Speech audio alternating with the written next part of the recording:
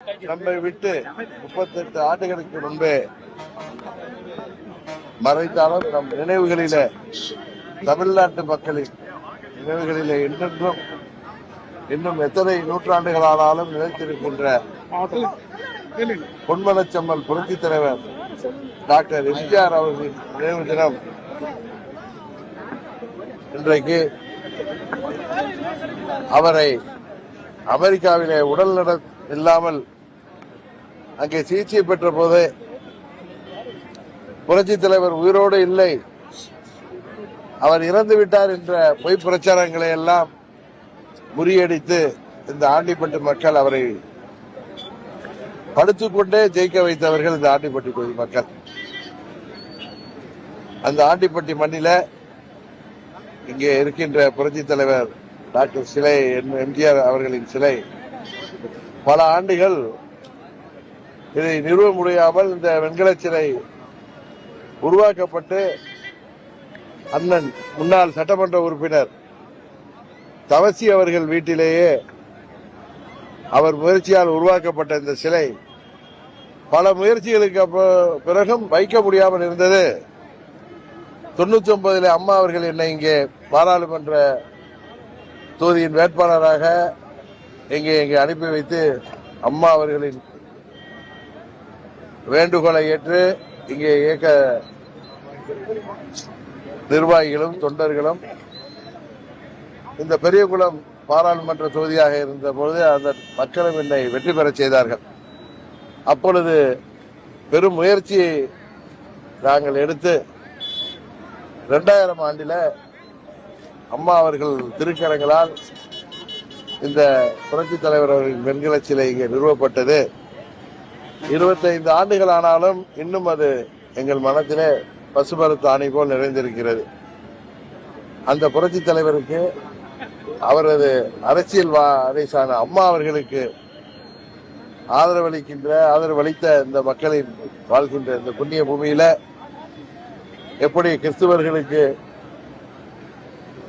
Vatican சிட்டியோ, இஸ்லாமியர்களுக்கு Mecca மெதினாவோ, அதுபோல இந்துக்களுக்கு காசி ராமேஸ்வரம் என்பார்களே, அதுபோல ஒவ்வொரு மதத்தினருக்கும் புனித தலங்கள் போல புரட்சி தலைவர் அவர்களின் தொண்டர்கள், அம்மா அவர்களின் தொண்டர்களுக்கு புனித ஸ்தலமாக இருக்கக்கூடிய ஆண்டிப்பட்டியில, இந்த புனித பூமியில புரட்சி தலைவர் அவர்களுக்கு அவரது 38வது ஆண்டில அவரது தொண்டர்களாகிய நாங்கள், அம்மாவின் பிள்ளைகளாகிய நாங்கள், அம்மா மக்கள் முன்னேற்ற கழகம் என்று அந்த மாபெரும் இரும்பு பெண்மணியின் பெயரிலே, திருப்பெயரிலே இயக்கம் கண்டிருக்கின்ற நாங்கள், அம்மா என்கிற அந்த மாபெரும் கம்பீரமான அந்த அரசியல் ஆளுமையை கொடியிலே வைத்திருக்கின்ற, உரிமை பெற்றிருக்கின்ற நாங்கள் இங்கே புரட்சித் தலைவருக்கு, அம்மா அவர்களின் ஆசானுக்கு இங்கே மரியாதை செலுத்துவதிலே உண்மையிலேயே நாங்கள் மிகவும் பெருமைப்படுகிறோம். திரு எம்ஜிஆர் அவர்களால் உருவாக்கப்பட்டு ஜெயலலிதா அவர்களால் வளர்க்கப்பட்ட இந்த ஒரு அதிமுக என்ற பேரியக்கம் தற்போது குரங்கு கையில் கிடைத்த ஒரு பூமாலை போன்ற எடப்பாடியில் கையில் சிக்கியிருக்கிறது என்று வைத்தியலிங்கம் சொல்லியிருக்கிறார். அதுக்கு உங்கள் கருத்து? அந்த பூமாலையை அந்த பூமாலையில் ஒவ்வொரு பூக்களாக அவர் பித்து எரிந்து கொண்டிருக்கிறார். அதுல டிடிவி தினகரன் மற்றும் ஓ பன்னீர்செல்வம் ஆகியோரும் அடக்கம் அப்படின்னு சொல்லியிருக்காரு. அண்ணன் வைத்திலிங்கம் நான் மிகவும் மதிக்கக்கூடிய ஒரு நண்பர், அம்மாவின் தீவிர தொண்டர். அவர் எங்களுக்கு எதிராக இருந்த காலத்திலும் சரி, எங்களுக்கு ஆதரவாக இருக்கின்ற காலத்திலும் சரி, தனிப்பட்ட முறையில எனக்கு அவர் மீது நல்ல மதிப்பும் மரியாதையும், அவருக்கும் எங்கள் மீது நல்ல மதிப்பும் மரியாதையும் உடையவர். அரசியல் காரணங்களுக்காக நாங்கள் பிரிந்து நின்றோம். இன்று அதே அரசியல் எங்களை மீண்டும் ஒன்றிணைத்திருக்கிறது. அதெல்லாம் இருக்கட்டும், அதுக்கு பதில் சொல்றதெல்லாம் இருக்கட்டும். ஊடகங்கள் உங்களை பெரிதும் மதித்து, நீங்கள் எங்க என்னை சந்தித்தாலும், எந்த ஒரு நெருக்கடியிலும் உங்களை சந்தித்து உங்கள் கேள்விகளுக்கு பதில் சொல்லி செல்பவர். அதுபோல ஊடகங்களை மிகவும் மதிக்கக்கூடிய இயக்கம் அம்மா மக்கள் முன்னேற்ற கழகம். ஒரு சிலரை போல உங்களை ஒருமையில் பேசுவதோ, நீங்கள் கேட்கின்ற கேள்விகள் எங்களுக்கு எதிராக இருக்கும் பொழுது உங்களிடம் சண்டைக்கு வருவதோ எதுவும் இல்லாமல் ஊடகங்களை மீது மிகுந்த மரியாதையும் ஊடகங்கள் மக்களுக்கு செய்திகளை கொண்டு செல்கின்ற வாகனங்களாக இருக்கிறீர்கள். நாட்டு நடப்பை எல்லாவற்றையும் நீங்களே சில வதந்திகளை நம்பி சில செய்திகளை வெளியிடும் பொழுது உண்மையிலேயே எங்களுக்கு வருத்தமாக இருக்கிறது. யாரோ கிளப்புகின்ற வதந்தியை 21ஆம் தேதியே பிள்ளையார்பட்டி கோயிலுக்கு சென்ற பொழுதே அங்கே ஊடக நண்பர்கள் வந்து அவர்களே கேட்டார்கள், ஊடகத்துறை நண்பர்கள், உங்களுக்கு ஏதோ கூட்டணியில 6 சீட்டு கொடுத்துட்டாங்களாம்லன்னு சொன்னாங்க. நான் சொன்னேன், அது வதந்தி, யாரும் நம்ப வேண்டாம். நான் அன்னைக்கே சொன்னேன், நம்ம ஊர் கிராமத்துல சொல்ற பழமொழியை சொன்னாலும் எல்லாருக்கும் புரியுன்னு. இன்னும் மாடே வாங்கல, அதுக்குள்ளார மத்து வாங்க தெரியுறானா மாடசாமி, எதுக்கு வெண்ணெய் கிடைக்கிறதுக்கு அப்படின்னு நம்ம ஊர்ல ஒரு பழமொழி உண்டு. அதுபோல தங்கள் வீட்டு பிள்ளைக்கு இன்னும் வரனே அமையல, அதுக்குள்ளார பேர குழந்தைக்கு பேர் வைத்து சென்றானா மடசாமி அப்படின்னு சொல்லுவாங்க. அதுபோல இன்னொன்னு சொன்ன, எங்க தஞ்சாவூர் பக்கம் காமெடியா சொல்லுவாங்க, நக்கலுக்கோ நையாண்டிக்கு பேர் பெற்ற தஞ்சை மாவட்டத்திலிருந்து வந்தவனா அந்த பழமொழியை திருப்பி சொன்ன. அடியேன்னு கூப்பிட ஆதிக்காரியே இன்னும் வரல, அதுக்குள்ளார பிள்ளைக்கு பேர் வச்சிட்டு தெரியுறானா கிருஷ்ணமூர்த்தின்னு எங்க ஊர்ல சொல்லுவாங்க. அது கிருஷ்ணமூர்த்தின்னு அந்த நபர் இல்ல, கிருஷ்ணசாமின்னு சொல்லலாம், கிருஷ்ணமூர்த்தின்னு சொல்லுவாங்க. அந்த கிருஷ்ணமூர்த்தி யார் என்பது எனக்கு தெரியும்னு உங்கள்கிட்ட சொன்ன. அந்த வதந்தியை விதைக்கின்ற கிருஷ்ணமூர்த்தியும் அதை பரப்புகின்ற அவரது கைத்தடிகளும் யார் என்று சொன்ன எனக்கு தெரியும். அதனால அந்த வதந்திகளை எல்லாம் நம்ப வேண்டாம்னு சொன்னேன். ஆனா வதந்திகளை தகவல்கிற பெயர்ல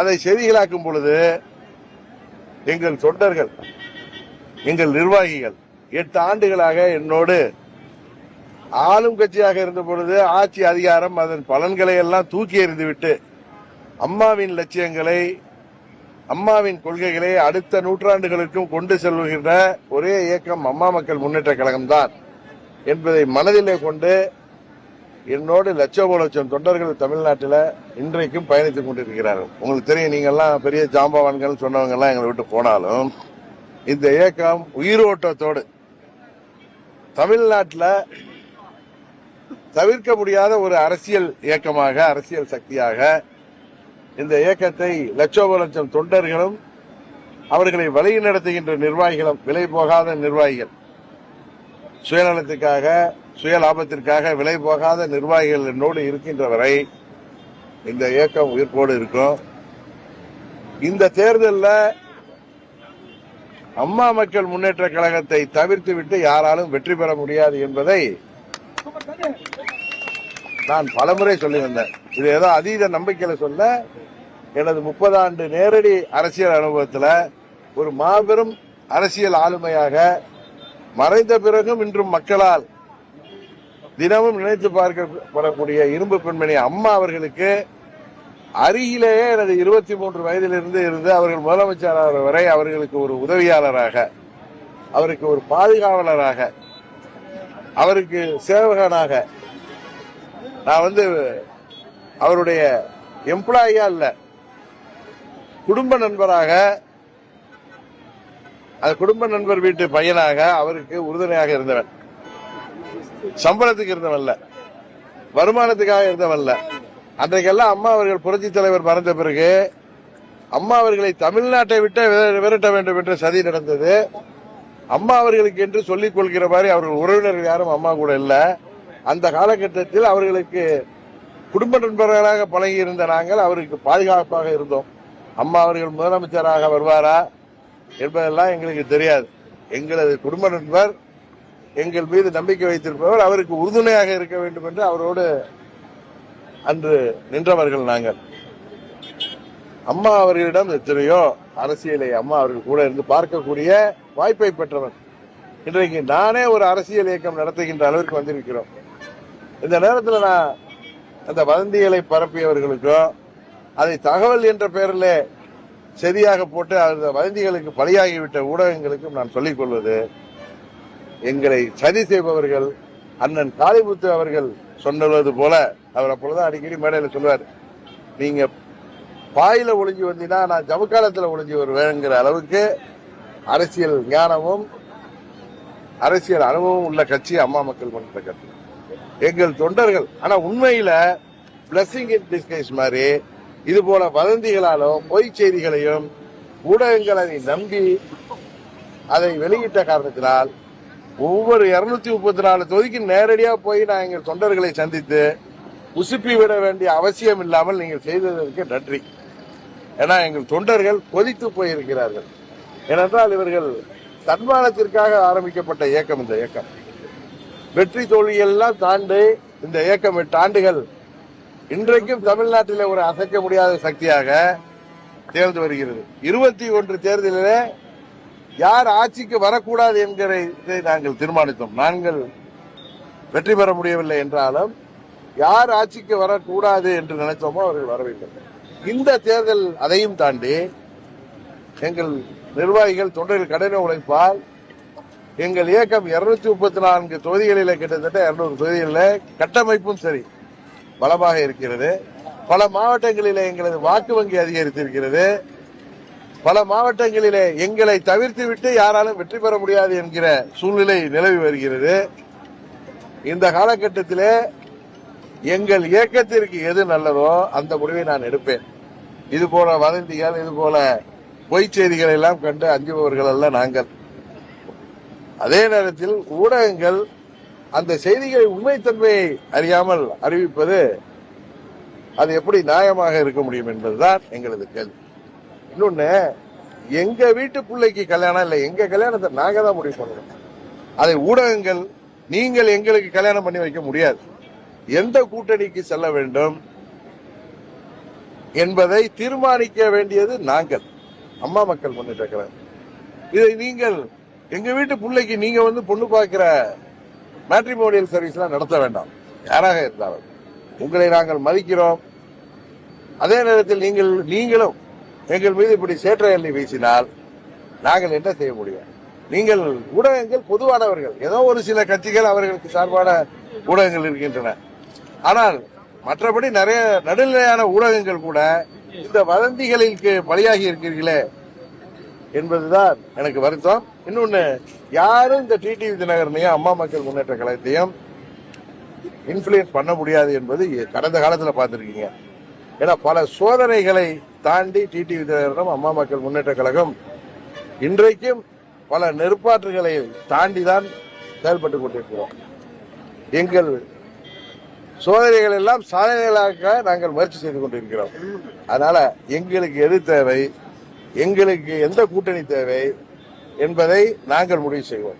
இன்னும் பல முறை சொல்லிட்டேன், கிளிப்புள்ள மாதிரி உங்களை சந்திக்கிறப்பதான் அம்மா மக்கள் முன்னேற்ற கழகத்தை தங்கள் கூட்டணிக்கு வர வேண்டும் என்று எங்களை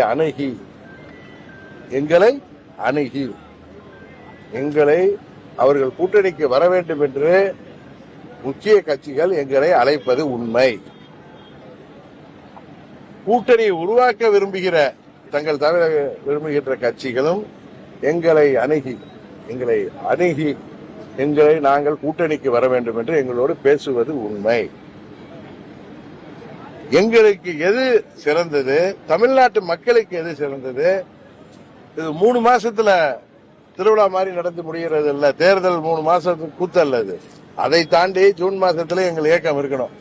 தேர்தல் வெற்றி தோல்விகள் எல்லாம் தாண்டி இந்த இயக்கம் எங்கள் கொள்கைகளுக்காக, லட்சியங்களுக்காக அடுத்த நூற்றாண்டை நோக்கி நாங்கள் பயணித்துக் கொண்டிருக்கிற இயக்கம். அதை கொண்டு செல்கின்ற பொறுப்பு எங்களுக்கு இருக்கு.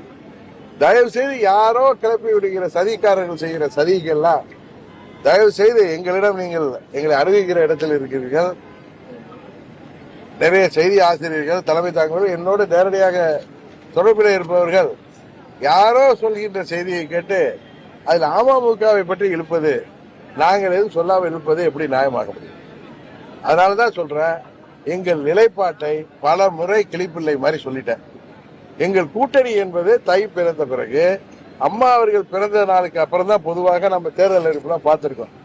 தை மாதத்துல நாங்கள் எந்த கூட்டணியை தேர்ந்தெடுக்கிறோம் அது எங்கள் கட்சியின் நலனையும் தமிழ்நாட்டு நலனையும் கருத்தில் கொண்டு உறுதியாக முடிவெடுப்போம்.